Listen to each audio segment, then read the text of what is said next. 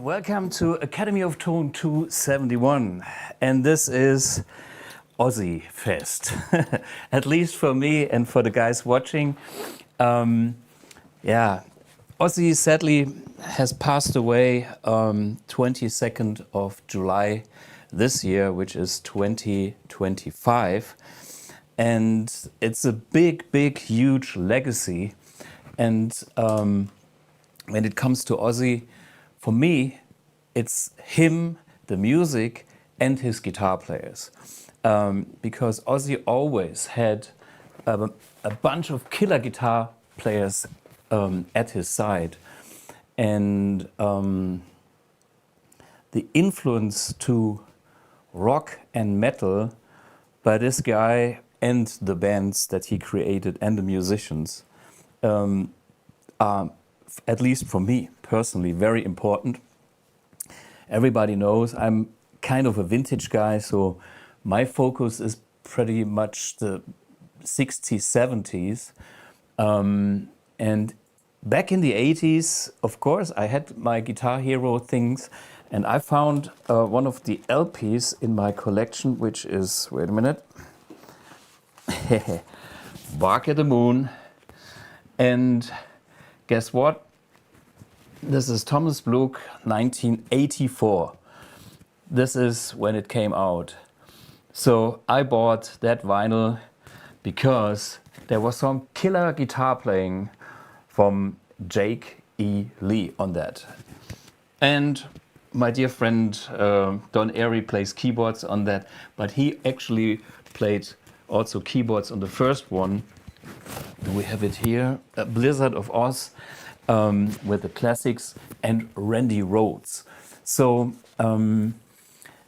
yeah, for me, the whole thing about Ozzy is important. It's important for rock and, of course, metal. And Ozzy brought this kind of rock music to a new level. Being the Prince of Darkness, which means he is also a quite interesting character with a daily soap on television later. But let me give you a little story about how I see the Ozzy thing. I mean, everybody now on the internet does something about Ozzy, and there's tons of tribute bands. And actually tomorrow I will play, and of course we play a few Ozzy songs to remember the great Prince of Darkness. The legendary frontman. He was always fighting to get a good show. Very, very specific looks, cosmetics with the Gothic style. I mean, yeah, Prince of Darkness. And of course, we know all his drug excesses with beating bats and stuff like that. But if we look at the whole thing from a slightly bigger context, he was born in '48 in Birmingham, which is the steel industrial zone of Great Britain, especially back in those days. In after the war, the whole thing was kind of still booming. So these guys were rough. We have the same thing here in Germany. It's the war was over. There were some good years, but there was a lot of kind of work to do, and there was a lot of actually also options in a way. And the spirit around 68 and 70 was very special. We all know that Ozzy was a big Beatles fan. When he heard the Beatles, he was turned on to music. And I mean, a song like this, what we just heard, Mama, I'm Coming Home, this is a pop ballad. This is not the Prince of Darkness. This is the soft side of Ozzy, which is great. And by the way, Lemmy, the bass player of Motorhead, was writing the lyrics for that song.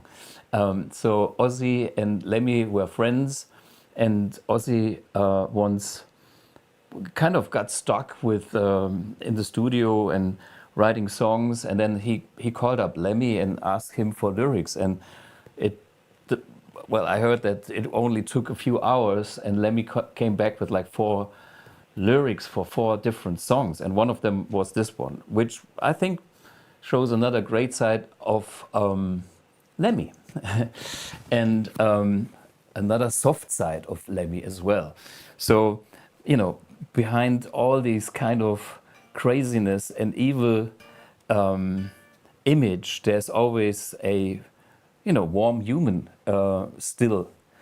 And the character of Ozzy, from what I researched, I found out that of course with the working class background, he wanted to well, step up, and he was not as good at school with what is it, Rechtschreibe. He couldn't really write. He did a lot of mistakes writing. What is it? Legasthenie in German. Legasthenic, something in English. So he was not, he was not the perfect guy at school. So he quit school at 15, and he always tried to get some attention and love, of course, by being a bit funny and doing funny things. And he even tried to be a smart criminal and trying a burglary, which was not going so well. So he wasn't that super smart guy that escaped the cops. So he ended up in whatever prison for a couple of days. All that stuff that he tried when he was younger. But it's already part of his character of what later became Ozzy. And then, having the bug of the rock music back in the days, he wanted to form a band. And he was kind of smart enough to understand that his chances get higher when he had a PA system. So the first thing that he actually was doing is asking his father to give him some money to buy a PA system. So he was a singer with a PA system, and then there was this legendary post, Ozzy sick, searches gig or looking for gig. Okay, there was, he was proactive, and he knew that, at age 19, he wants to have a go in the music. And then, some guy was answering this little paper advertising he has done, and this was Geezer Butler. Well, we all know him as the bass player from Black Sabbath, but back then he was just a bass player that was looking for a singer, and they had kind of 3 gigs with a band called The Rare Breed, which were not too exciting or successful. And the funny thing is, Tony Iomi was at the same school, and Ozzy was younger, I think only 1 year or so. And Tony was the big, the scary chap at school, being, one class higher. And so he was not looking at Ozzy in a way at that time with tons of respect. So Ozzy, when he tried the next attempt with the band Earth with Tony Iomi, he had to catch his attention and try to win Tony in a way, because he was probably not that excited at the beginning. But then these guys found their recipe. They were kind of a blues band. Ozzy also plays the blues harp, and they kind of saw a movie cinema, and that movie cinema had a horror movie. I think there was Jaws, der weiße Hai in German, and actually a movie called Black Sabbath. And that was their inspiration, trying to do something different. Logic, because people went to the cinema to watch that. And that was different from all the flower power kind of things that were around. And we have a little clip of the creation of Black Sabbath. Just watch that. What was it? The Polka Talk? Yeah. That was the Polka Talk Blues Band. Yeah. So how do you go from the Polka Talk Blues Band to the The It was inverted Polka tritone of Tony Iomi. It was Polka Talk, then it was Earth, Right. then it was Black Sabbath. I mean, Jimmy Phillips and Alan got left, Right. and there was the four of us. Geezer decided to play bass. And we started from the fucking gutter upwards with it. And you were telling me about the rehearsal studio, right? Yeah. That was like a morning community centre? Yeah. Now and again, we'd get a place upstairs in a pub or something. But what we would do, we'd go to clubs in town now and again with our van. Right. And once Jethro Tull was supposed to play, but he couldn't turn up, so we'd have you got your gear with it? Get up and fucking do something. Oh my God, it's so different these days, isn't it? I mean, but them days, it was fucking. We used to go to a place called Henry's Blues House, which the first manager was named Jim Simpson. And he was an all right guy, but it's more like a talent spotter than a manager. So when did the music change into that Devil's Triangle? Well, how did that come about? I think it was Tony or Geezer or Bill, or one of them said when we come out of the community, there was some horror, and it wasn't a film called Black Sabbath. Right. Just a horror movie showing. And somebody says, isn't it weird that people like to go to a movie and get scared? Why don't we start playing scary music? And Tony went, down, down, down. And that's how it happened. Yeah, so they have found their formula. They found something special, and they had some pretty big success right away, which is not a natural thing to happen. So, yeah, I think part of the image and that concept of being, dark and horror also came from Geezer, the bass player. He was a little bit into the whatever occult things or black things, or maybe he already took some drugs and saw some weird things. And with this first successful band of Ozzy, now being Black Sabbath, they had a huge success. And let me explain a little bit about, for me, what is Black Sabbath, and what is the specialty about what this band is kind of using in their music. Well, Ozzy and his vocals, first of all, is also something special. He sings very straight. He has not a vibrato like, David Coverdale or, those later guys or the guitar players are doing. No, Ozzy has a super spot-on, very straight phrasing too. So when he has vocal lines, the vocal lines are easy to remember. It's like chants that are sung in a football stadium, soccer stadium, or it's hymn kind of easy melodies. It's not that super complexity. The complexity later came all from the guitar players, but Ozzy was always very, very straight. And then with having the kind of iconic looks of the flipped over crosses and all that darkness, they found also the right kind of sound. So I was using the Iridium in the intro song, and now I go back for the Mercury. Let's check. Okay.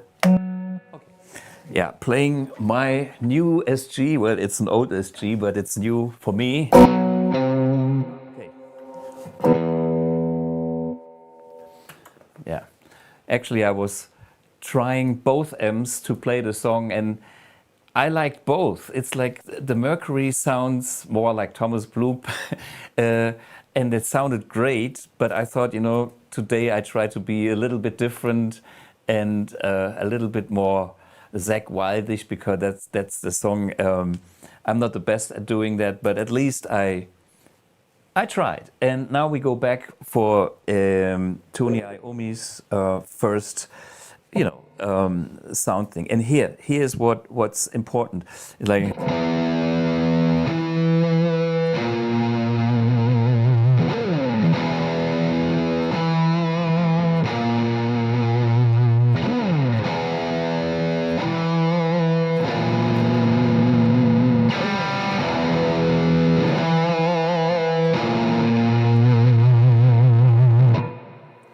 that is the tritonus, which is the evil interval, which was forbidden in classical music in the good old melodic days. And they used it as their trademark all over the place. And then, of course, all kind of rock. And here, example, Ozzy's vocal line,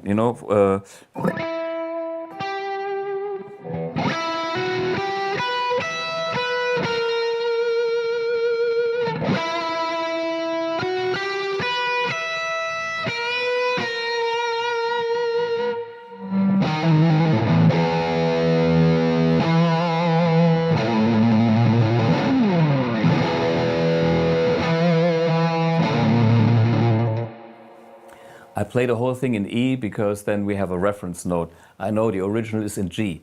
But guess what we all know today is this song.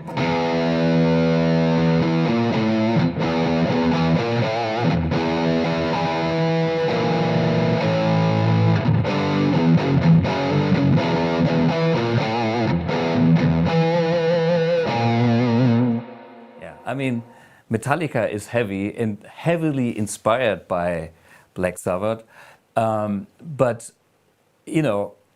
I think the rawness of Black Sabbath, I mean, how heavy can it be when you go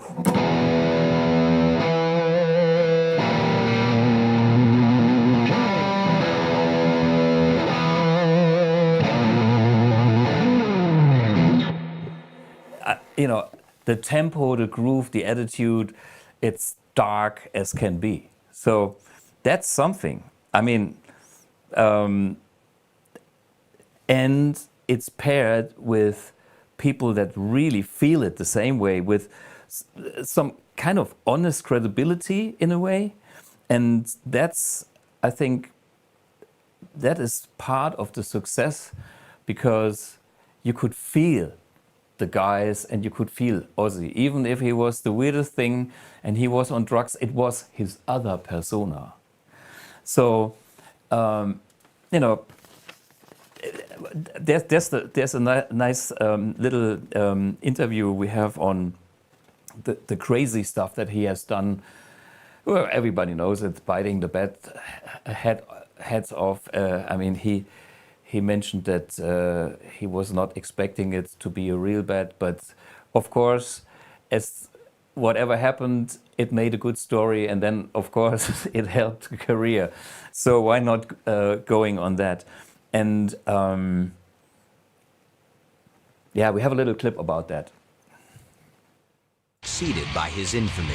I looked evidently through an unconscious bat on the stage, and he thought it was a rubber bat, whatever, and he picked it up and bit the head off. And Sharon's going, "Dummy, it's real." I'm going, what?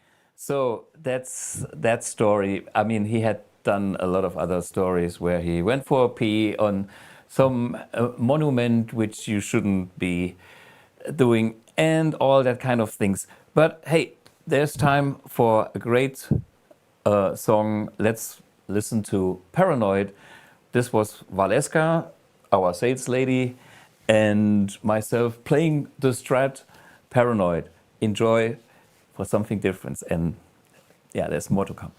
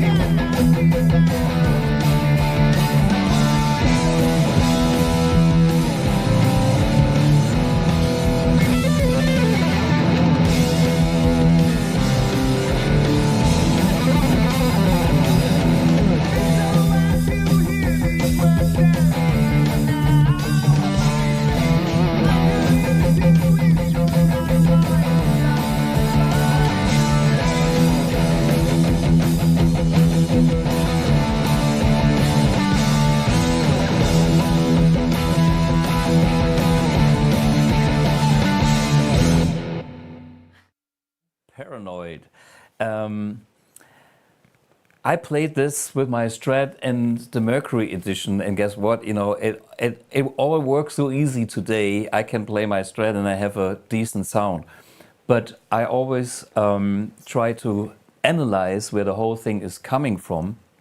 And at some early episode of the Academy of Tone, of our live stream here, I had actually a Laney 100-watt head and that signature pedal by Tony Iomi that is 100% authentic.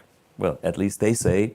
And Manit Sebe was in the studio and I had him have a little go on that. So watch Mani and myself analyzing Tony Iomi's sound with the original Laney amp and later on also with the Amp1 Mercury edition. So this is the amp.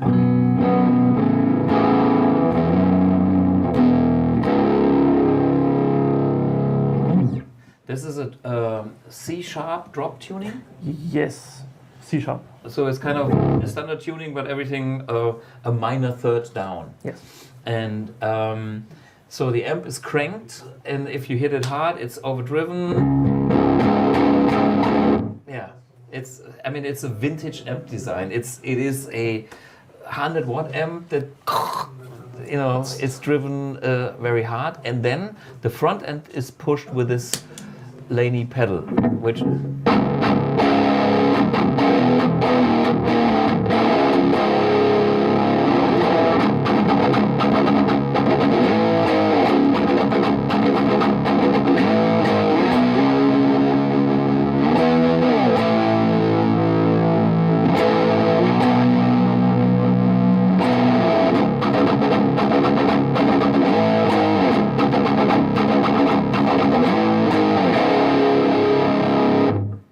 Black Country Customs, Tony Iomi signature pedal, drive, volume, low, high, and the mids all the way up.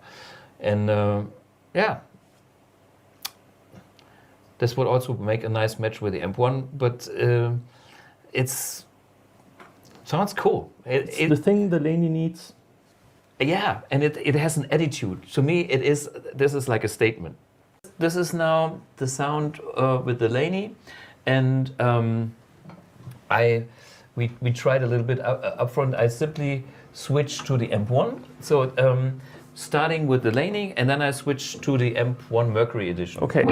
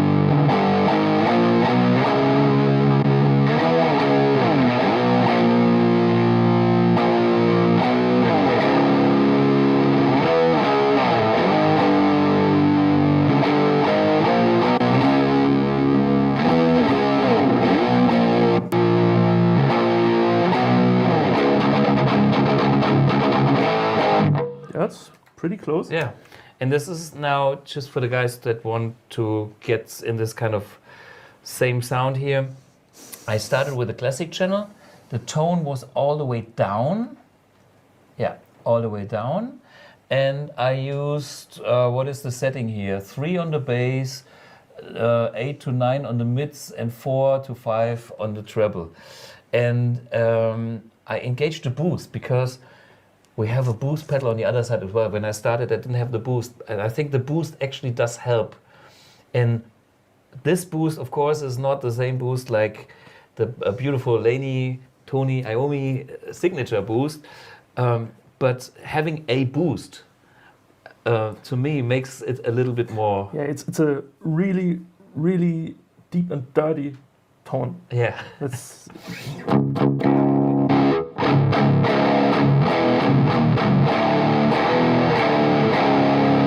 for classic tones like this, you don't actually need much definition. Yeah. Because it lives off this growl, you know.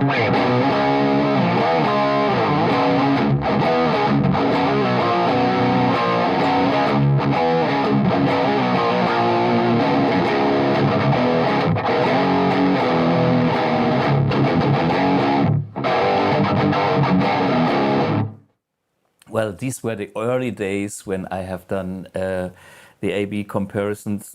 These days, I think I'm better now and faster, and I have to admit, I'm not always 100% spot on a certain sound, but yeah, I try to give you hints, and everybody plays differently. Everybody has a different guitar.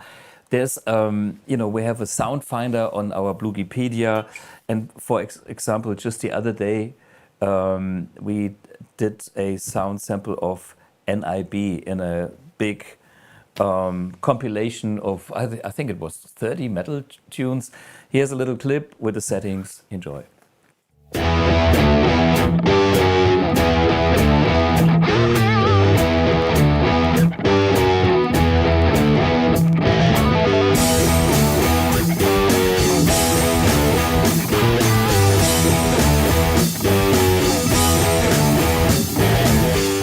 Okay, that's the vintage era of Black Sabbath and, well, Ozzy being the frontman that, yeah. For me, there's, you know, this exciting phase one, the vintage era, and then when Black Sabbath stopped or kicked Ozzy out, and in some interview I saw that he understands why he was kicked out, because he was not easy to handle anymore, and all the drugs and the excesses were making a productive life hard. Yeah, he had to find a new, well, band and a new reality. And he was so lucky that he teamed up with Randy Rhoads. I remember when that Blizzard of Oz record came into my life by a guitar student of mine. And it's, you know, I was a teenager, and I was trying to make a little money here and there to buy some electronic components and, you know, money for buying gear. So whatever I learned, I gave lessons to other people. And then some of the guys showed up with that record and said, you know, can you tell me how this works? And wow, there was Randy Rhoads. I never heard of that. And then, you know, we have that.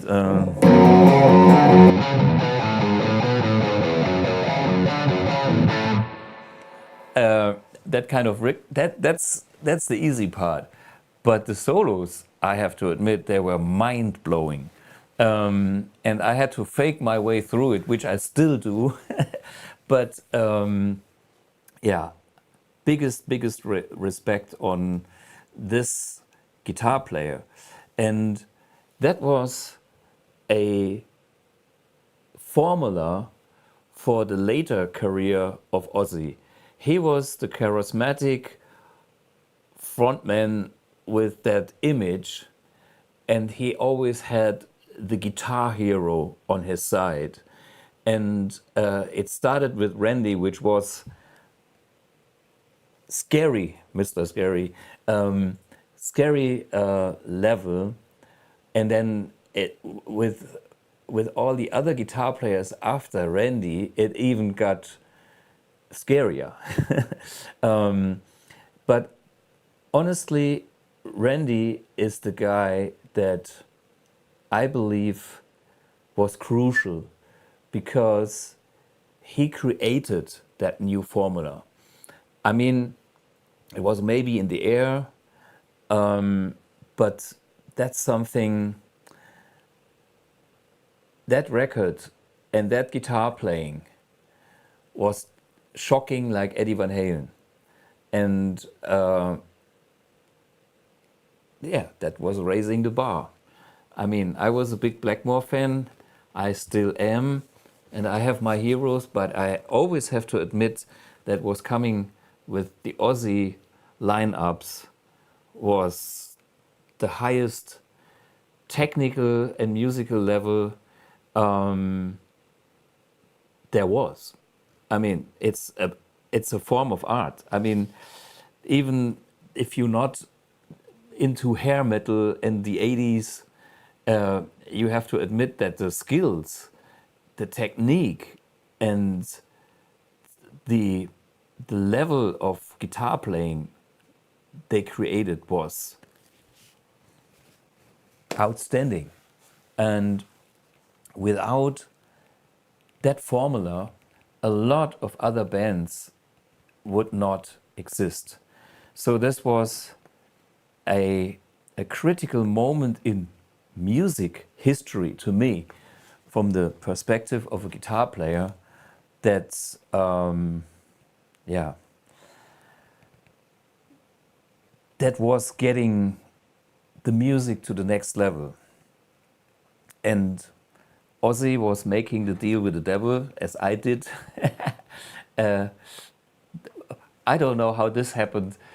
I was playing somewhere and suddenly devil shows up. This is a guy, I think it's a French guy from the Tour de France, and we played there, and I saw him standing in front of the stage and thought, you know what? You're looking so crazy, come on stage, we have some fun, we make some things. Yeah, in the comments I can see heavy metal, blah, blah, is still rock and roll to me. Yeah, I mean, you know, Motorhead and Lemmy is this, they said they make rock and roll and metal, and it's the same. Diddy Senf, that's his name. Thank you. I spoke with a guy, I forgot his name, so cheers. I'm drinking my English Tetley's All-Rounder tea with milk today. Der Tourteufel. Okay, you are you are the experts. Yeah, about funny stories, you know, having the deal with the devil. We know Ozzy's problem of not being clean every day. Well, he said in an interview that it's bad not to be clean, but there's a reason for not being clean and not being sober, because he didn't want to be the person he was. So he was looking for the alter ego, which he could find. And there's a nice little story that the Iron Maiden singer was telling. Just listen to that little story as one of those, I'm sure, hundreds of examples what happened in Ozzy's life. Enjoy this little story. Ozzy's a lovely chap, right? Don't get me wrong, but I mean, I'd had a drink, and it was a long time ago, and Oz suggested that we nick a taxi. And I said... They have drivers in them. And I said, Oz, you know... Because he'd come into the bar, and I was completely... In fact, they'd locked me in my room to try and I'd escaped out the window and gone out of the bar, and there was nobody in it. So, in the bar. In the bar. Right. So I sat there and thought, well, you know, when somebody comes, they better have a drink. So I ordered 50 beers. So I was sat there with 50 beers, sort of going. So somebody came in, so I just said, "Would you like a drink?" You know, and there it was. So Oz comes in with the sort of entourage, and the first thing he said to me was, "I've given up drinking." He said, "I've stopped." And he sat down and went, "I'll have a double brandy, please." And I said, I thought you'd stopped. He goes, well, I have, but he said, I'm going to stop after tonight. So he had a couple of beers, and he said, he's listening to a taxi. I said, how are you going to do that? He said, well, you call it, and I'll distract him. No, he said, no, you distract him. I'll hit him over the head. He said, can you drive? I said, yes. It was good, I can't. He said, well, we'll go across the fields. He said, I've done it before. So this was actually, I think somebody overheard our conversation and sort of and rumbled it, and he was... And no taxi came? He was led away. No, we never got the chance to do it. Well, this is like one of those many stories that happen in a rock star's life, and I mean, the internet is full of these stories, and it's fun on the one hand, but on the other hand, you know, they were young and they had the opportunity, but on the other hand, looking back at stupid things, it is something, well, you partially enjoy and partially regret. And here is the big thing on health, alcohol. And there's a little interview I have found about the alcohol issue. So check that out. I sat down one day and I added the good and the bad. And all the bad thing that's ever happened to my life, in my life, I've been drunk. I mean, if I was sober, I would never have urinated up the Alamo. If I was sober, I would never have walked into CBS and bit the head off the dough. It's like the total Dr. Jekyll and Mr. Hyde syndrome. I'm not. Nobody under the influence of any alcohol or drug is the same person. Otherwise, you wouldn't fucking take it. If you were the same person, why waste your time pouring vats of fucking booze down or lines of coke? You take that to change. But I didn't like the person that I was changing into, yet I couldn't stand living sober. Yeah, so that's the rock star life. And Ozzy admired Randy Rhoads for being focused. In some interview, he said that Randy had a reason to practice because he wanted to be a great musician, and he was very dedicated to learn the guitar. He even wanted to go back for, what is this, UCLA college and make a musical degree for the guitar. On the other hand, yeah, Ozzy couldn't find a way because he was not a songwriter, so he was just the singer, and I guess he didn't have the interaction with the instrument that was giving him what Randy Rhoads was getting from his instrument, and I guess what Jakey Lee was getting from playing the guitar, and what probably we get from playing the guitar, because we are watching a guitar channel and try to get some more info about guitar. That's our passion. And if you don't have that kind of passion, you have a lot of room to fill or a lot of time to fill. And this is why Ozzy was probably having all these excesses to feel himself. If you practice and you work hard, you have a great feeling when you achieve something. And this is so giving. And if people don't have that feeling, they go and do stupid stuff. And Ozzy was lucky to found another woman in his life after his first marriage broke up. The daughter of the management, of his management, Sharon then Osbourne, came into his life, and she was probably pretty organized and smart, and gave him a lot of guidance, which formed his career. And, you know, just looking back at this whole history from, you know, marrying somebody new and then, you know, forming and finding all these great musicians. She was involved in that a lot because Ozzy was a lot many times he was drunk or, not capable of managing. So she was very important in the life of Ozzy and very important in building the career. So this was at the very beginning in 1982. This was kind of at the beginning of his solo career. His solo career came from her, partially. And so they also together created a lot of things that were innovative.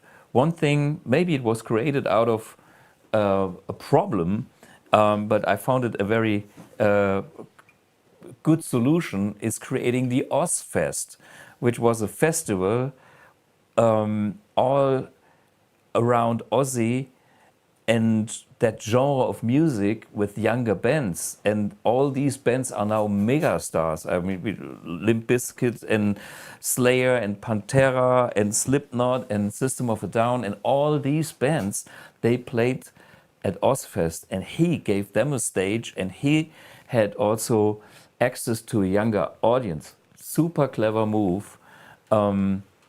So good, very great collaboration, and I believe that is something he was super lucky with, because just imagine he would have been with somebody not as skilled, talented or focused. They would probably have sunken together like Amy Winehouse or some other.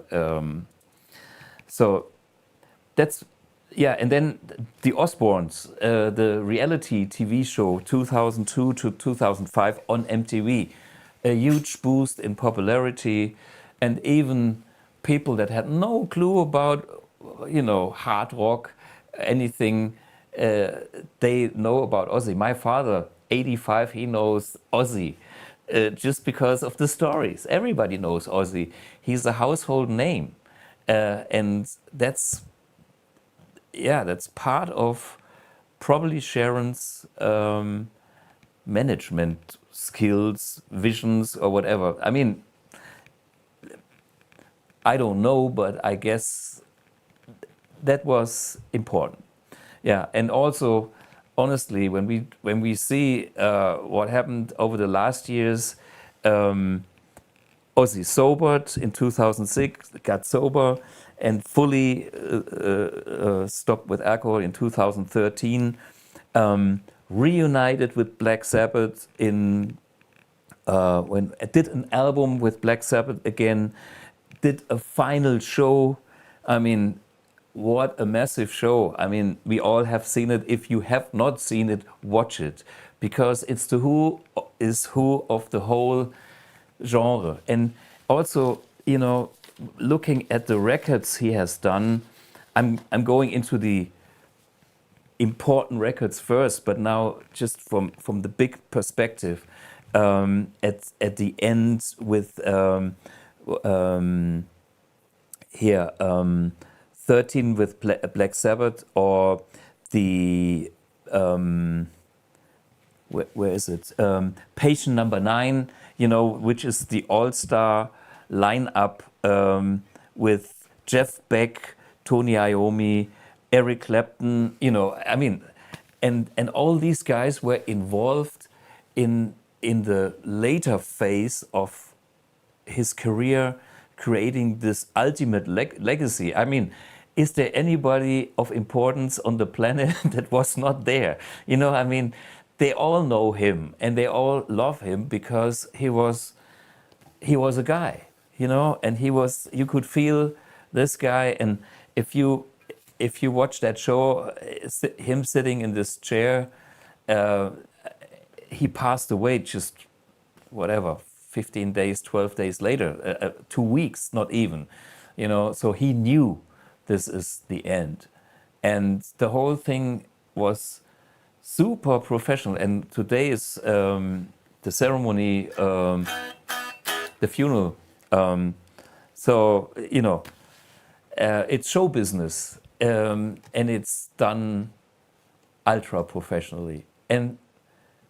But it's also not cold, and I kind of have to respect that in a way. I mean, it's an event.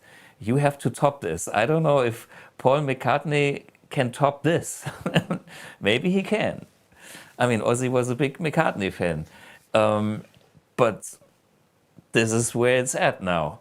And that's the same thing with his guitar players. But okay, so the whole story that Ozzy created is just outstanding.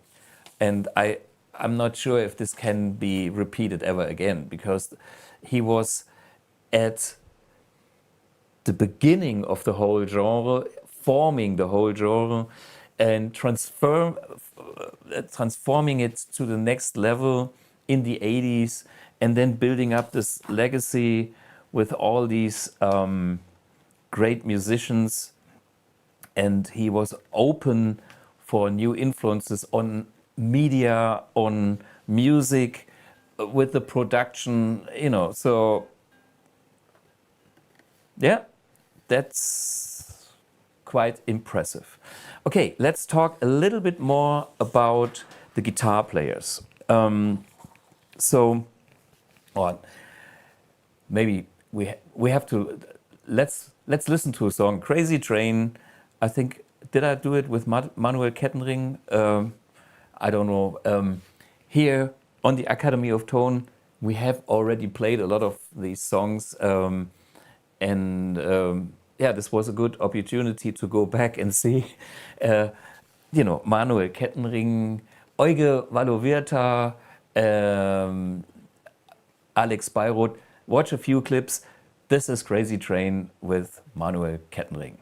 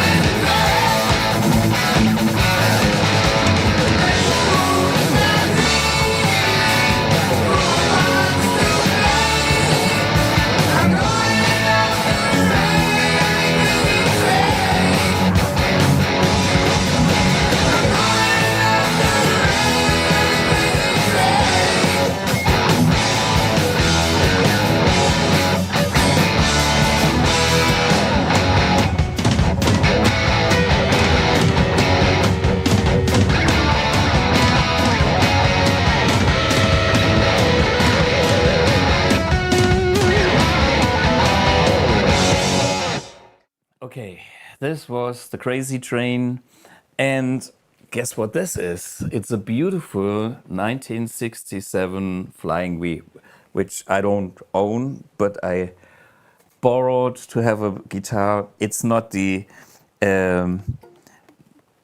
black dotted white Randy Rhoads V, but it's a V.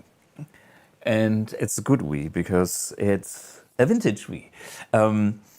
For me, I have to learn how to play that guitar, but I think it is a kind of interesting guitar because it made a statement for the players, because it's modern, it's a show guitar, and it has a great tone. There's nothing wrong about that. It doesn't mean that's not a great thing. By the way, I can see in the comments, Chris Smart writes, so many people start A pedal rhythm, part 2, second position, and then go up to fourth.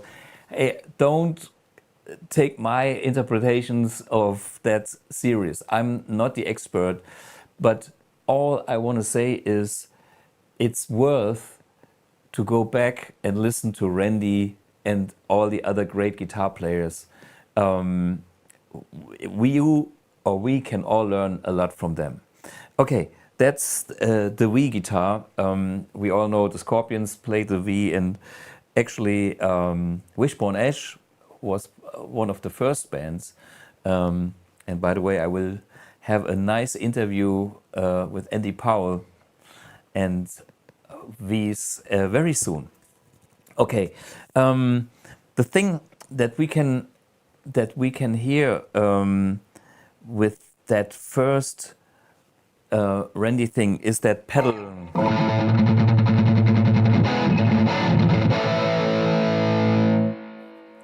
So that's now just the Amp1 as it is, but back in the days, the Marshalls were either plexis or 800s, mainly 800s. They were using extra overdrive pedals like the Tube Screamer, even more for the Ozzy sound, SD1. It is more aggressive, and the OD1, which is this one here, and then also combined with equalizers. Oops, I have this MXR here. Come on, cable's too short. Maybe you can see this one. To give you even more, to max out the punch and brutality and the bite of the guitars. We are talking hair metal, and the hair metal tone is created in the early days, was created by using Distortion Plus, for instance, into a cranked Marshall amp. And the combination of that I can show you here, because I have a Zakk. Oops, wait a minute, I don't want to kill the Les Paul, and I don't want to kill this beautiful. Okay.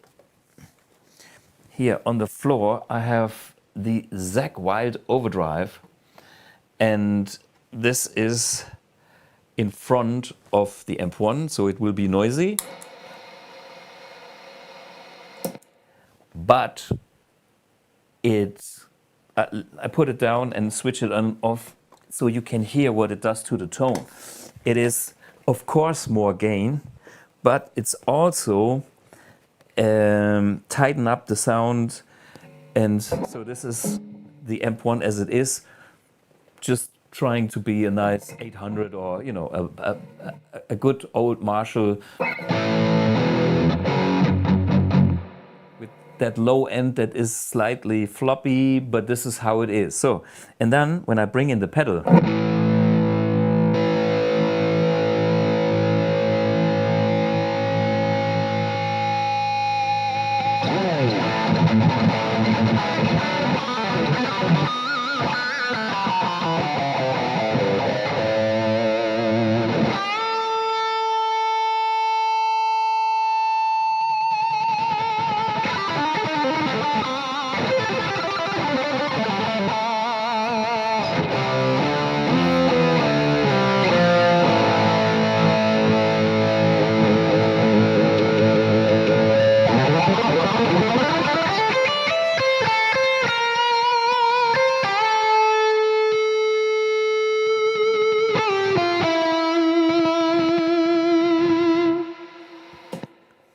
Well, sustain instant, instant rock star. And I see Manuel Kettenring here. He is on vacation. I asked him to join, but he has a better time on vacation and can watch me do the thing.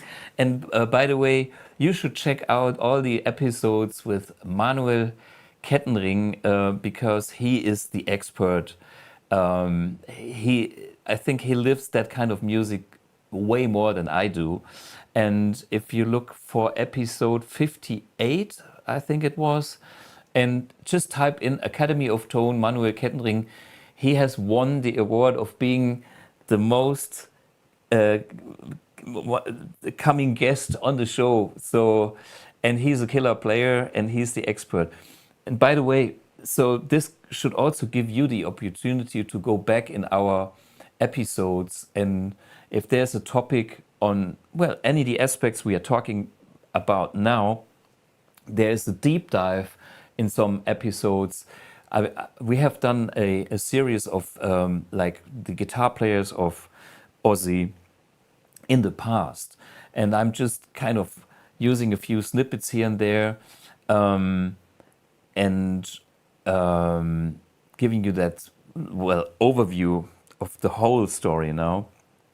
But you will find quite interesting things in the earlier episodes. I sometimes go back to the earlier episodes and think, oh, interesting, I have done that? Wow, that's a cool snippet. But anyway, so sustain, instant rock, I think this was the MXR Wylde overdrive. You know what? I make a comparison. Can I do this real quick and dirty so that we all can see it and that we can see if there's actually any difference in those pedals? There is, but in the end, I believe they all do a very similar thing. And also the circuitries, when we look at the schematics of these pedals here, they are quite similar. Wait a minute. I don't want to kill these beautiful artwork covers. Ta-da! And here, Ozzy on the toilet. And yeah, I mean, there's so many things. And this is a Brett Gillis, a record with Brett Gillis, who later played with him, that I also bought in when was this? When it came out, 83. So this was him in Night Ranger before, before he was with Ozzy. Okay, I need a few patch cables here, and then we are good to go for something that shows you how to become the instant rock star 80s style, and if it really does matter or if it's not important. Okay, check out. So here we have, and these pedals have been used by many guitar players in those days. Having a good old Marshall sound foundation, no sound at all. Why? Because okay, there is noise, and there is no signal, which means this toy has no power. Okay, one more power supply. Let's try this one. So this is the proof that. So this is the proof that there is no true bypass. It is these pedals. They have a very, very similar schematic, and they all do basically a similar thing. They cut the low end, get rid of the muddiness, they boost the mids, they offer some kind of overdrive, and that's slightly asymmetrical here, a little bit harder on the SD1, it's smoother on the Tube Screamer, and it's honkier in the mid-range on the OD1. But, okay, just listen. It's to get you the idea. That is the amp as it is.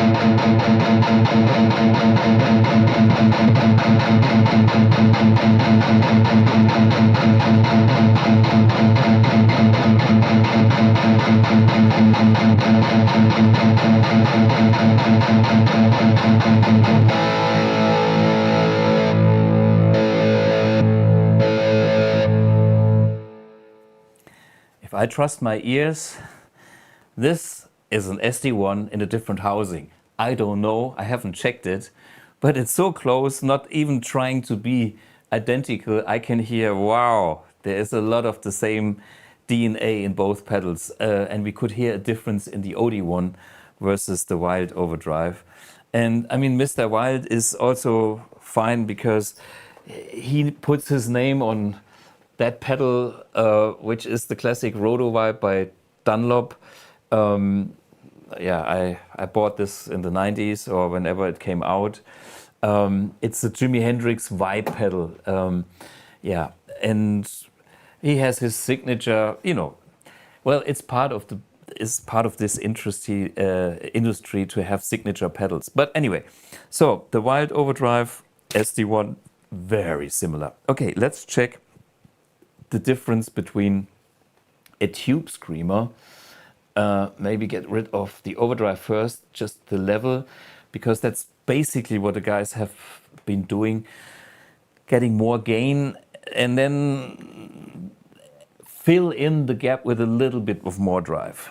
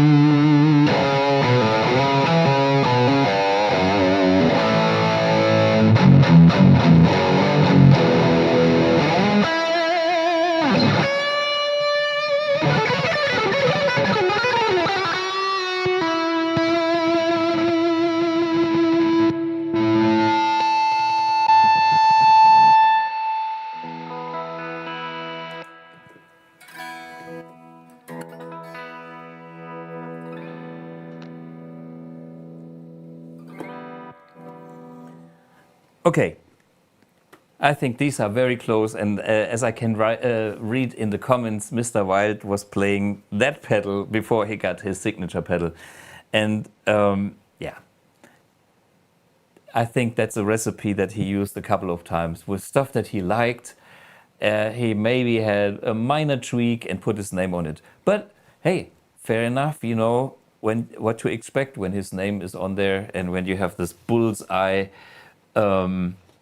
cosmetics. I think that's also something you can learn from Ozzy. Being focused and make marketing. Marketing is important. Okay. There's a little clip with me playing I Don't Know. Check it out because it was another take that I have done. Not the best one, but enjoy.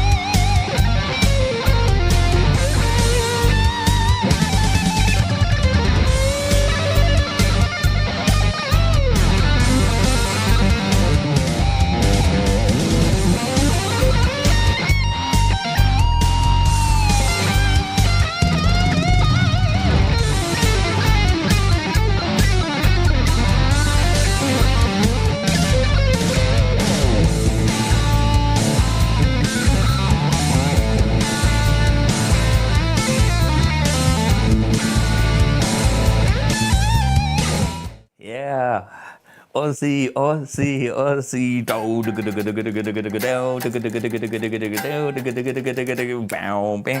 Yeah. Okay, let me explain a little bit more about the sounds. I was just using the Mercury as, you know, the traditional amp here, and now I want to make the change over to the Iridium, which I actually played in the intro song. So you get a feel of what's going on there. So back to the Mercury.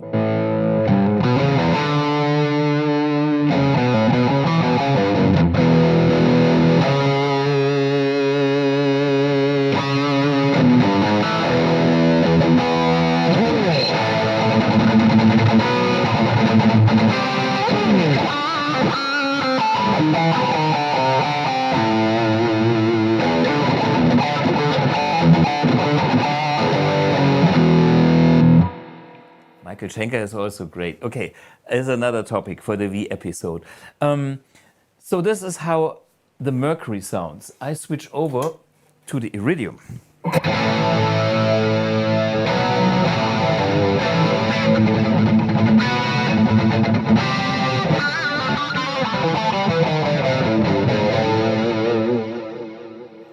Okay. I use different effects in the Iridium. I do have the flashback echo here instead of my DD2 vintage digital delay. So that's on the TC2290 setting, which is a little bit, well, more modern, and the delay is cleaner. Let's switch on. But the main difference is, so the repeats are very clean. But the main difference is the chorus, the dimension C. And this goes, for some reason we have a hum here. I'm pretty sure it's one of the power supplies. Not this one. Ground loop.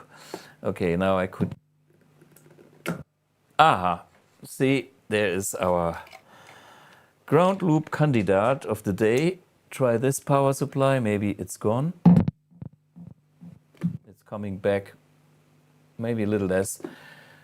Okay. So let's get rid of everything. Just have the Amp1 Iridium as it is.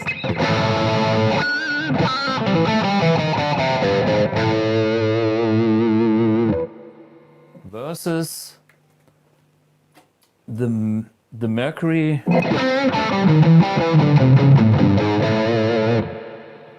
Now you can hear this is kind of way softer, and this is already in the ballpark, and this is not using any pedals now. This is just straight in.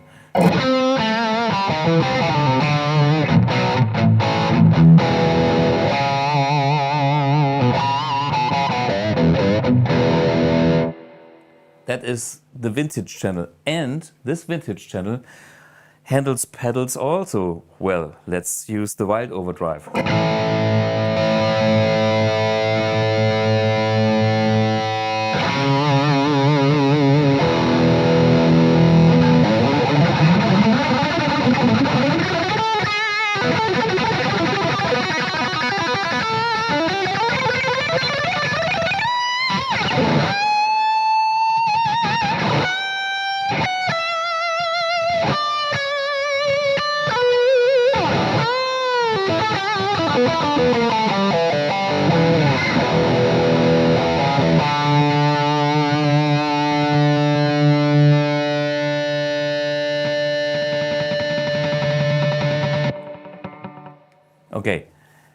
Okay, you get the picture. So there is tons of gain on tap, and there is tons of sustain and punch with such a pedal. On the vintage channel, but I could use the internal boost all the way up, and then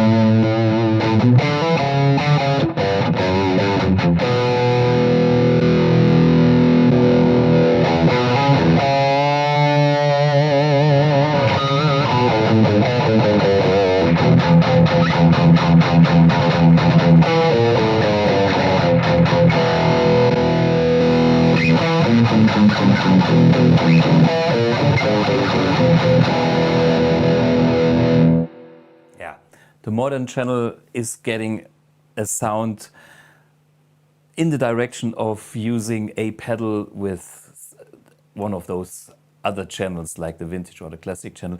They both, every combination has its own beauty. And here we have an expert on that, Euge Vadovirta. And Euge is, I think, a huge Zakk Wylde fan. He is also a huge Ozzy fan, and he is also very familiar with, and he has his famous Bad Boy. The Bad Boy is an 800, which we idolized and will be eventually on the Amp X one day.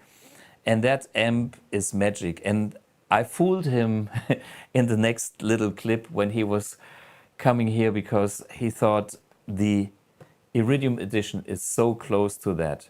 Check out Euge Bad Boy versus Iridium. Enjoy.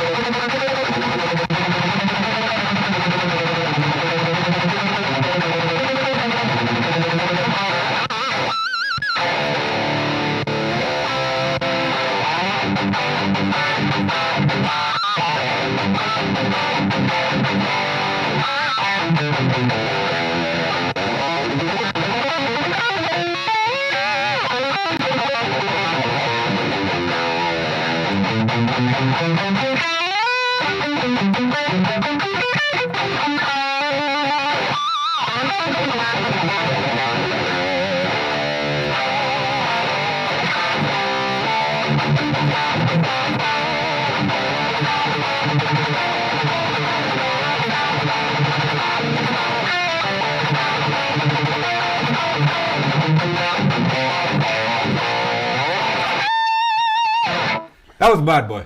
No. No! Play. Yeah, what? And wait a minute. Fuck me. And now the settings, because I was checking, somebody wanted to know the settings of this. You'll be surprised. Middle position, middle position, middle position. Gain is on 5.5 or 6, which means like almost middle position, you know? So the only thing I've done here was the tone control, which is now on 2 o'clock. And that's it.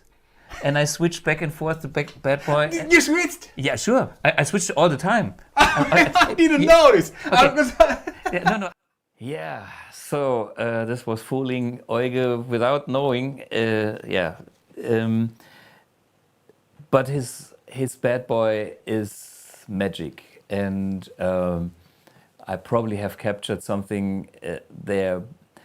I know there are slightly differences, and we know how to get those on the Amp X.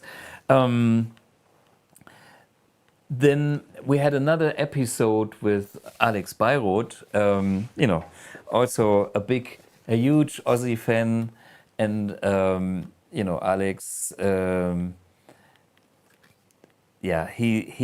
he's very capable of doing that thing as well. I mean, we talked about Randy Rhoads and Jake E. Lee. Just check out his versions of Over the Mountain using the Iridium as it is.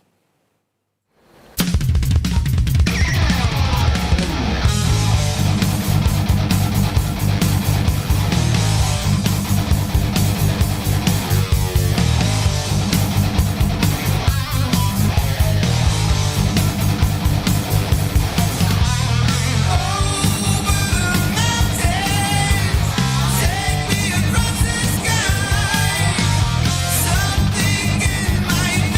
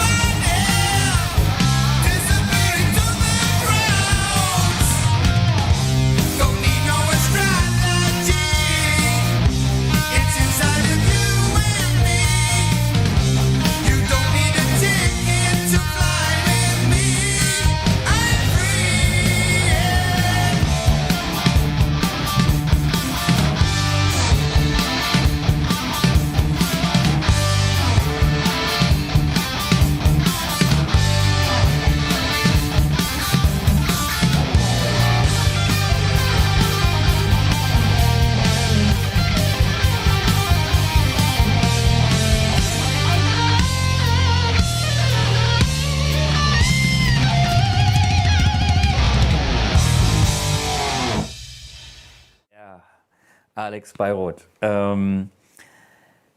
Hey, these songs are hard to play. Respect for,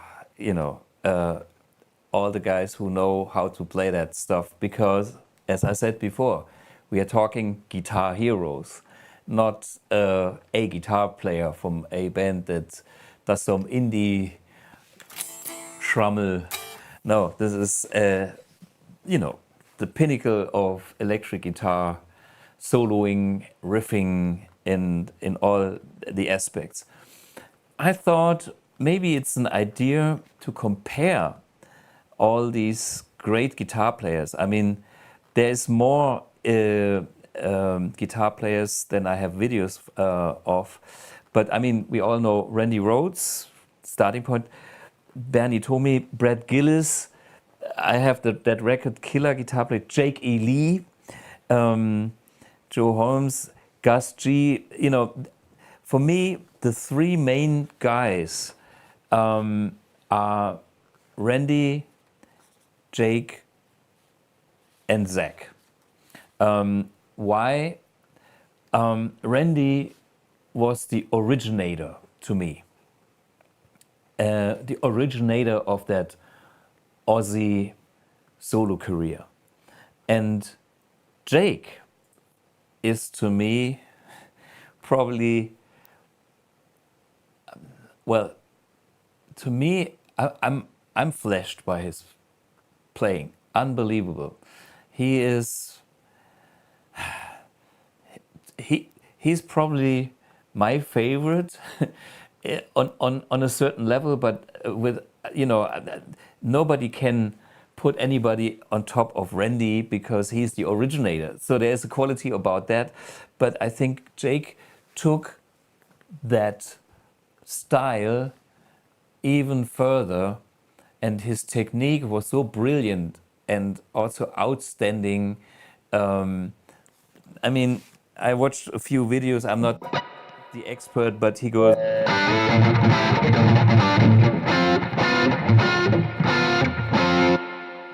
very wide. I have short fingers. I'm not good at doing that, but he is a monster.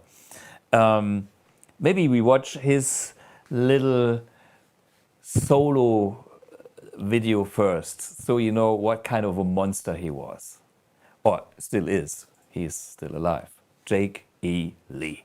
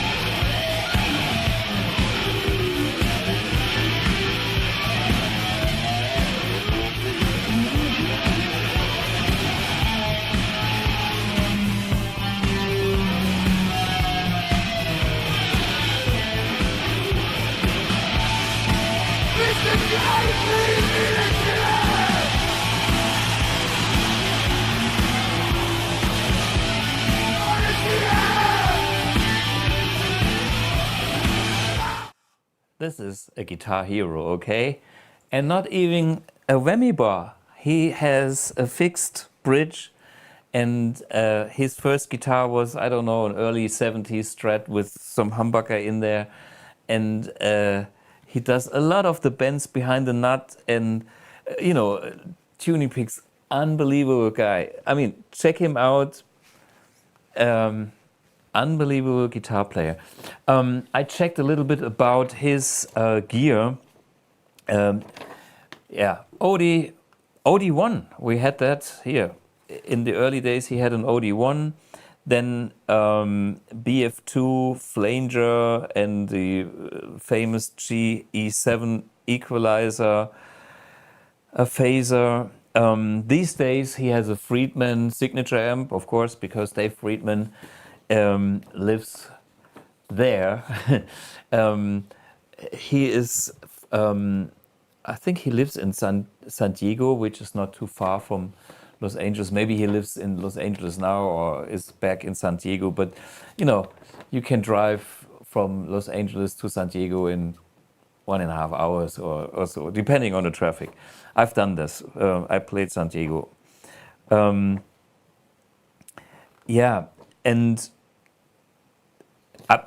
you have seen the clip. I mean, what else do you need to know about him? And there's what I like about this performance is it is a rock star, but when you see interviews of this guy, he is a super humble and quiet guy. So he has also like the two personalities, the stage personality with the big hair and the big sound and the big effects and the phaser, flanger, overdrive and squeeze, squawk, and all that. And then on the other side, he is a very humble, down-to-earth guy that plays the guitar, similar to Randy Rhoads. And I mean, we all heard that tragic accident of Randy passing away, being killed in the airplane accident. And that's another crazy, like, Ozzy entourage story. I mean, Don Airey, the keyboard player, I don't know if we have a picture, but I have tons of pictures with Don Airey, as we actually wanted to form a band, which became the Thomas Blue Band later on, but with Thijs van Lier, because he joined Deep Purple. No, Don was in that band at the early days, and he was even, on tour with Randy when that accident happened, when the bus driver was flying some very small thing and being on coke, doing loops and trying to impress people. And the first flight went well, and the second flight, the wing was touching maybe the tour bus or something, and the plane crashed, and Randy and all the other 3 people, which was the bus driver and some woman from the place where they were staying, died immediately. So don't go too wild. Well, this brings me to Mr. Wylde. That's a cheesy. Well, Zakk Wylde is, to me, a different type of guy. Well, actually, he has also 2 personas. When he joined Ozzy, he was young. He had that blonde hair. He had no beard. He was clean, nice looking. The perfect, in German, Schwiegersohn. Well, the whatever, stepson for your marriage, or I don't know, but you know what I mean. The nice guy. And now his second personality came out over the years, with all these heavy tattoos and beard and maybe even his attitude. And I guess some of that stuff comes from Ozzy, because he was so close to Ozzy working with him, being on stage, and trying to be a personality that is recognized next to such a big frontman Ozzy was. And if you are just an ordinary guy, you can forget it, because that's not what's needed in such a rock and roll show. And Ozzy always put good shows together. So he was the perfect frontman. And there were singers that could sing higher, Ian Gillan, or you name them, even his successor in Black Sabbath, Ronnie, James Dio. They had, technically different voices, and you could argue that Ozzy was not at this level, but Ozzy was the performer and he was the frontman. So he knew how to work the crowd. And for somebody that is next to such a strong personality in the spotlight, you have to come up with something. And we could see Jake doing a fantastic job by being the hair metal prototype kind of guy and showing off with everything the electric guitar has to offer. So, respect for that. And now Zakk Wylde comes in, and I played the Zakk Wylde written tune at the intro of this episode, and it's a country song, or it could be a country song.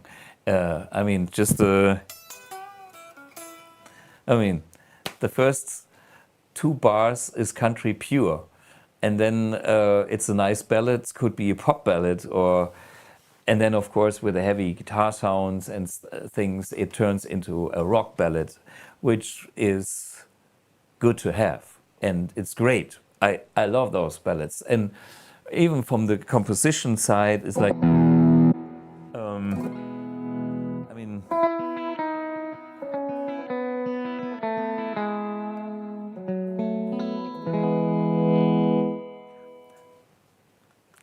it sounds so good and it's so simple. What's wrong about the E major scale downwards with open E strings? It's a winner. And then, when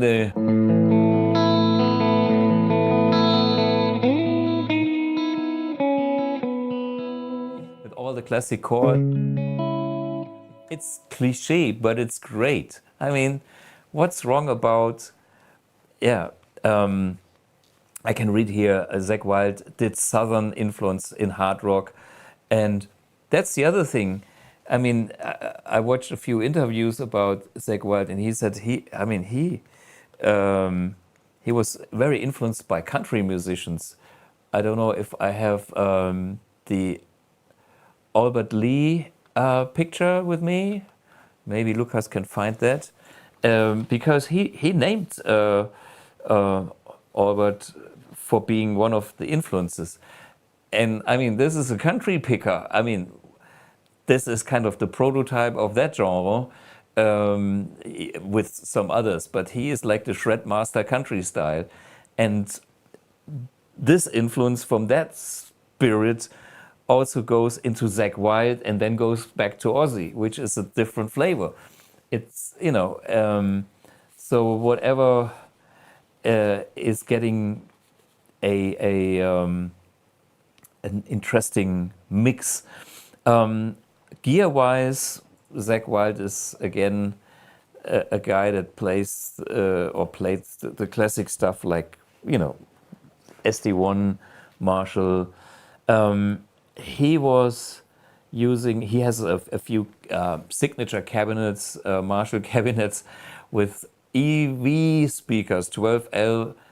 I don't want to carry these 4x12s because they are probably the heaviest cabinet on the planet, at least in my imagination, because that EV speaker is a 200 watt speaker with a fucking big magnet, the heaviest magnet in speakers, 12-inch speakers that I know, and 4 of them in one housing.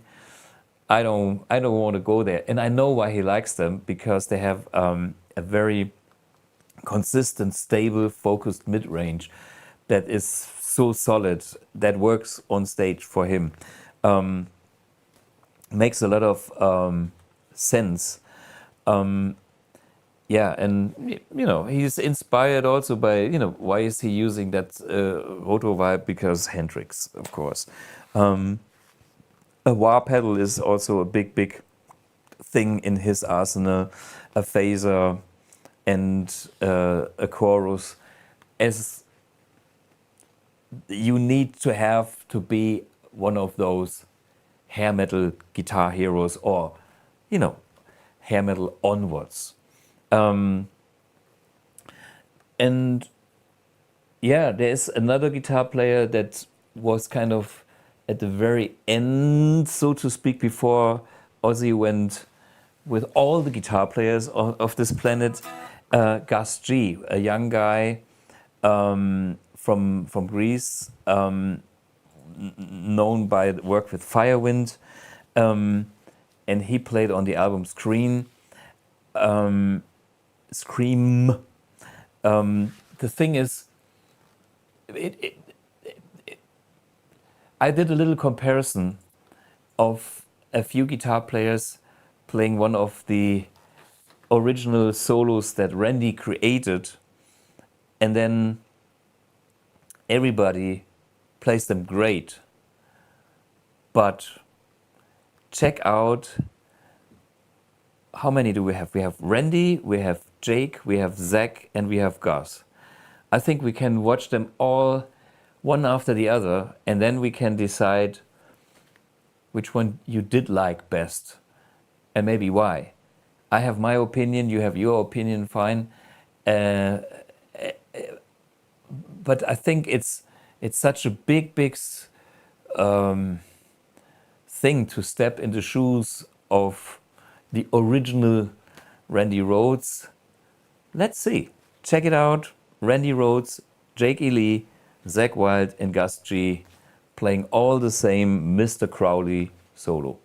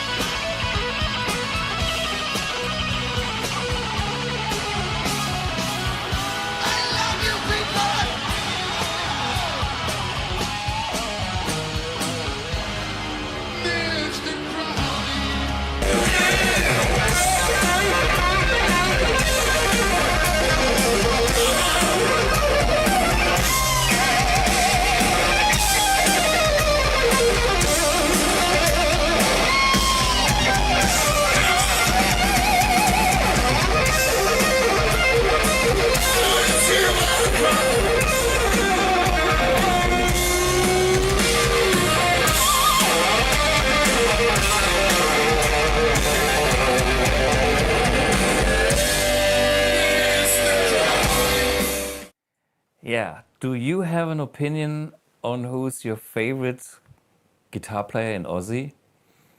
I mean, it's probably not really fair to just show one song, and you know, sometimes the style of a specific player is probably meeting some other song better in a way. But I mean, they all do a great job, and they all learned the solo, and they all can play the solo. That's no question. But I think there is still a personal note that shines through.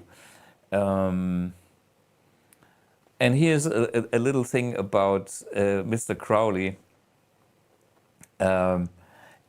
Okay, I see the first comment here, Randy Rhoads and Zakk Wylde.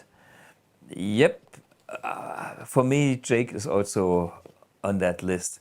But they're all great, I can see that.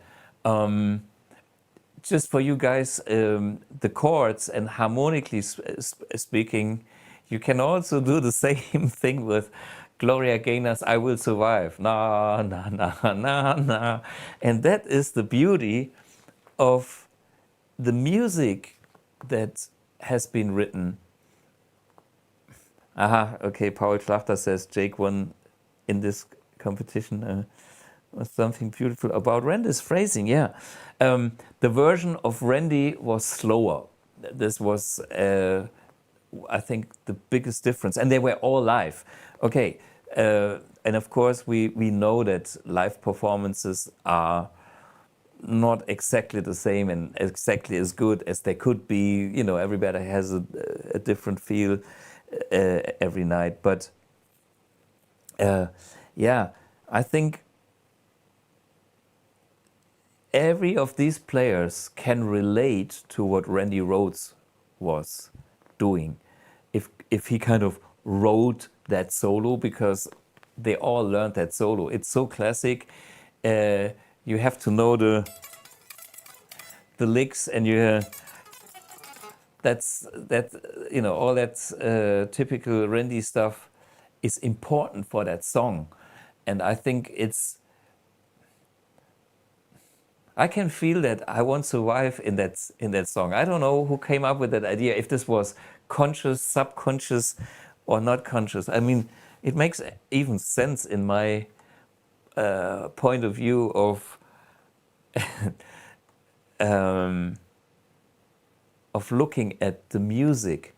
And like knowing Don Airey, I know he is also, all about classical music and the tension and the weird chords. There are some killer keyboard intros on the first record. And then, of course, they play with all these fantastic sounds and atmospheres and church organs and, drama. There's a lot of drama in that kind of music. Yeah, for me, maybe I kind of want to sum it up in the way that if you want to hear great guitar playing, listen to Ozzy's solo albums, listen. Yeah, this is best of the best from the 80s. And if you want to know about the originals of dark, heavy rock or heavy metal and metal, go back to Black Sabbath, because they were the innovators. They were the first ones that went into this direction, creating the whole genre that is so popular these days. I mean, metal is all over the place, and now it's defined into 100 different subcategories of metal: doom metal, speed metal, thrash metal, you name it. And it would not be there without them, without Black Sabbath, without Ozzy, and those groundbreaking musicians in their own way. So, for me, I have lots of respect for what Ozzy achieved in his life. I'm wearing the same sunglasses as he did, and John Lennon did. And I think John Lennon and Ozzy also have things in common. I don't know if they ever met, but I'm sure there were a lot of interesting conversations in the scene with all the fellow musicians that he had shared his life with and, you know, played with or recorded with or drank with. Yeah, I can see Ozzy was basically the dark Lennon. Yeah. Yeah, God bless you, Ozzy. I think that's so important. And I think it's okay to pay a tribute to people who have done things out of the box. And of course, this music and this guy was loud. There are also quiet people that are out of the box, which I admire just as much. Yeah, but I mean, this is kind of an example that everybody can understand, and I feel the same for people who have such special lives and do such, you know, great things up to the limit, you know, up to the very, very limit. And he was there, and he was important. Yeah. Well, to round up this little episode here, I have a little video of a friend of mine that came to the office this morning, that I play a gig with tomorrow, and his name is Rick De Soto. Well, his German name would be Albert Jochum, but this guy was big as a singer, and he was opening up for Queen with his band Lancelot, and he was also in LA when that whole thing was happening. You know, we just had a quick rehearsal about one of his hits from the early days, But I Just Can't Stay Behind, in the office this morning. And I took the chance to ask him about that LA feel, because he was living there with the band. Check out, feel the energy, how it was, and I hope you enjoyed this episode. Rest in peace, Ozzy, and yeah, see you next week. Same place, same time. And now, Rick De Soto and our story and the Sunset Strip. Enjoy. Bye-bye. Ladies and gentlemen, this is Rick De Soto. He is a great singer. Hello. Great singer from, well, the Saarland area. Yeah. And we go back a long way. When I was teenager. Don't make me so old. Jesus Christ. We are both old. Okay. But yeah, we have a very long history, and actually we are here because we have a gig tomorrow. Yeah. To practice one of your hits. Yeah, But I Just Can't Stay Behind. It was like 85. Yeah. The #1 radio hit here in Germany. Yeah. So we're gonna perform it tomorrow, and once in a while we're doing this. So we have to rehearse a little bit ahead in a day. Okay. Yeah, it's always big fun. And the thing about Rick, why I would like to ask him about, was the band Lancelot went to America. And we actually met there sometime in the 90s. I know, I was cooking spaghetti for you. And you were giving us the electro sitar. Yeah, for the studio. For the studio, exactly. For Bernd Ferroni, the guitar player. The guitar player, exactly. Yeah. Nice guy. Yeah. And for me, the question is, you live there with a band. Okay. And you have been on Sunset Boulevard and Sunset Strip, and you have been in the scene. So how was those days, how was the times back in LA, back in the mid-80s, when hair metal was to be honest, at the time when I was going over there, it was 85. It was not the curly hair stuff like this. It was shortly before. Okay. And it was funny, you went to clubs like the Troubadour or whiskey, or you went to the Roxy, and people that had long hair, of course. And I was wondering, Jesus Christ, there are so many guys have long hairs in Germany, but you were kind of special when you had long hair like this. And then I find out that they all do extensions and stuff like this. And so in a way it was strange and funny to see. And then all of a sudden with the album from Guns N' Roses, Appetite for Destruction, and Mötley Crüe, and of course Ozzy, all of a sudden he's stand there with the curly hair and stuff, Mr. Crowley, all this stuff, and then the next week you go to the same places like the Troubadour or whatever, and all these guys, these people you did see a week before, they were in curly hairs like Europe or whatever, and it was so funny, and but it was great, you know. You saw people like Don Dokken or whatever. Billy Idol was at the Rainbow Club, or Lemmy. Of course, Lemmy didn't go into this kind of style. He was always the same, which I think, great. There's one thing about this hair. We have a promo photo of you, which we show. And what was the bill for the hairdresser was? I don't know. It was $2,700. And we went to Vidal Sassoon. And it's like 4 or 5 hours. We were sitting in that room, and you know they have to put all the hair down, and they were cutting it from below. From below. It was sensational, because it was like Mark Weiss was shooting, the guy who did a lot of pictures for Bon Jovi.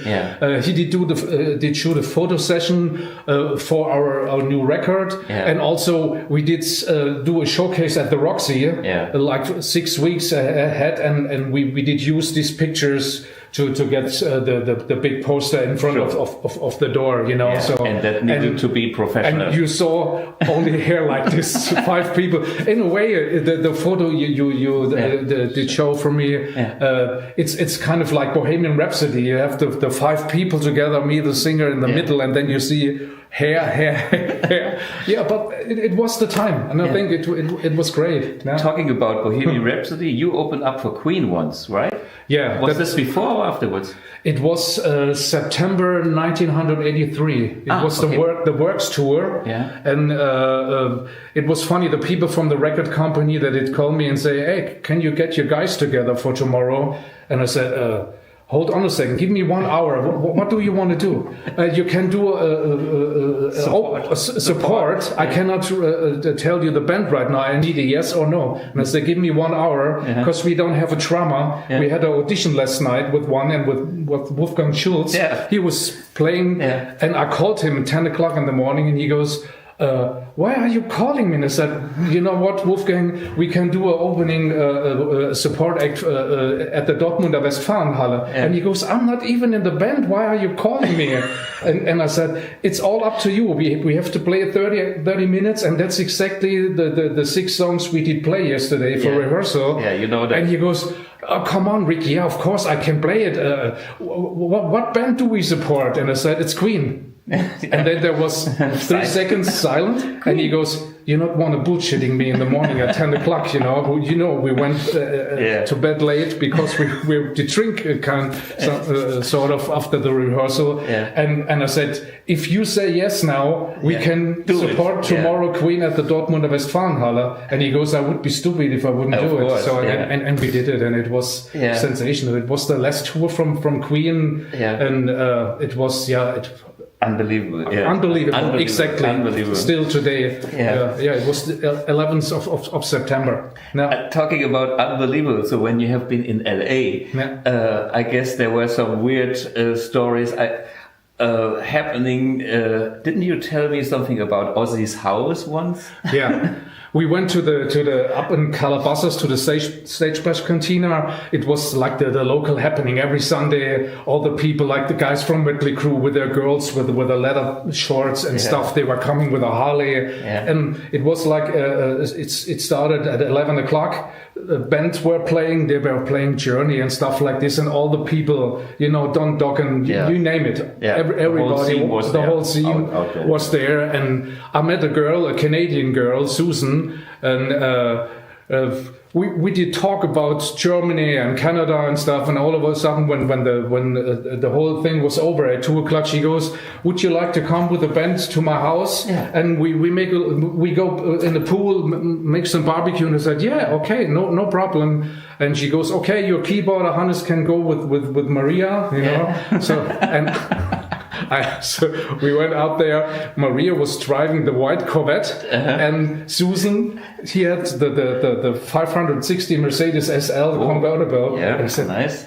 Where are we going? Are we going to the Hollywood Hills? And later I find out that her husband was the guy who did the lawyer who did this show with Phil Collins driving from London to Paris. This show did simultaneously. Yeah, and wow, so. And we went over there, and we were sitting in a house, and I saw this nice piano and in a house, and I said, "Jesus, this is so beautiful. How long are you staying in the house?" She goes, "Oh, I bought it like last year from Ozzy Osbourne." And I said, "Are you serious?" "Yeah, it was Ozzy's house." And I said, "Come on, I'll show you something." And we went to the kitchen, and she was opening the door, and she took a note, and they were saying, "Dear Ozzy, I'm running late for the rehearsal today. Excuse me, Randy." So it was Randy a note Rhoads from Randy Rhoads to Ozzy, and I had goose pimpers still now. Was the few little things in life that in a way. But I think in these days, LA was still happening in the way that this kind of music scene was. Was still there. I think 10 years later, the whole thing was gone. At least how I see it. But I think it was even 5 years later. Okay. It was not 10 years. But by the time we left LA in '91, you made like the cut from all of a sudden there was no more classic rock, no more Van Halen, no more Whitesnake, and we did a showcase from Geffen Records, and he goes, "My friend David Coverdale, he's sitting at Lake Tahoe, and he used to be the headliner, the biggest, and now when he goes to Germany, he can play in small locations with 500 or 1,000 people, and from that time on, it was just grunge alternative. It was like made a change, a big change. Pearl Jam and all these bands, and then you stay here, we're talking about curly hairs, and of course this was like, okay, this is a glam rock musician, of course he's got curly hairs, and if you're alternative, you're totally the underdog, and you try to be different. I have a few questions about the Ozzy. I think this is where the Ozzy solo career started. Okay. Yeah. I mean, we know Ozzy, the Blizzard of Oz. Black Sabbath. Well, we play Paranoid, I guess. Yeah, tomorrow.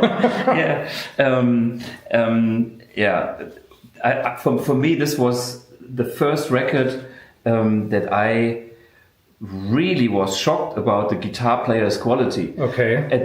Me being a teenager, I gave a few guitar lessons, and one of my students asked me, "Hey, can you show me how this works?" And I listened to this thing again. And you were, fuck, So this was my first thing. This is later. Bark at the Moon. I've actually found Bark at the Moon with my own signature from 1984. Cool. Yeah. So back in those days, I bought vinyls, of course. Okay. This was pre-CD, I guess, wasn't? And 80s, And I still put my name on it, so I could find my records. And this, that's one. Is there, from this Ozzy solo career times, do you have like a favorite song? Is there anything that, or when you think of Ozzy, what comes to mind and what is special for you? For me, as a singer, and it may sound crazy, but the first thing is Randy Rhoads. Okay. I was always a fan from Ozzy when I was like 12, 13 years old. Yeah. I went to a small room with my friends, and with a cassette player, all of a sudden I heard the Wizards, and I heard Ozzy singing it, and I got goosebumps. And Jesus, that's when I started singing and when I wanted to be a singer in a rock band. Yeah. But then when I heard Randy Rhoads, Mr. Crowley, unbelievable. I got this tribute album, and Jesus Christ, he was a totally.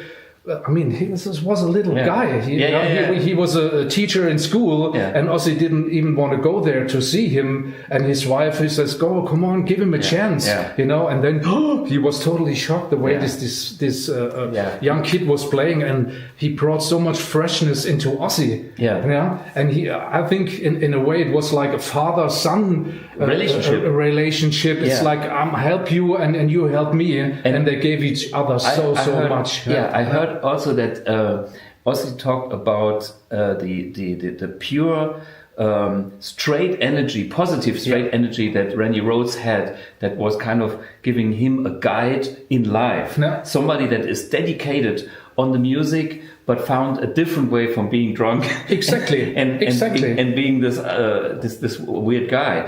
And that was a role model also for Ozzy, that he couldn't live at that time, but already was existing. He recognized that as seeing, hey, there is an alternative way with somebody that really sticks to his roots and has confessions about absolutely. He was like the guy who did bring out all the, like Jackie Lee later on, or Zakk Wylde.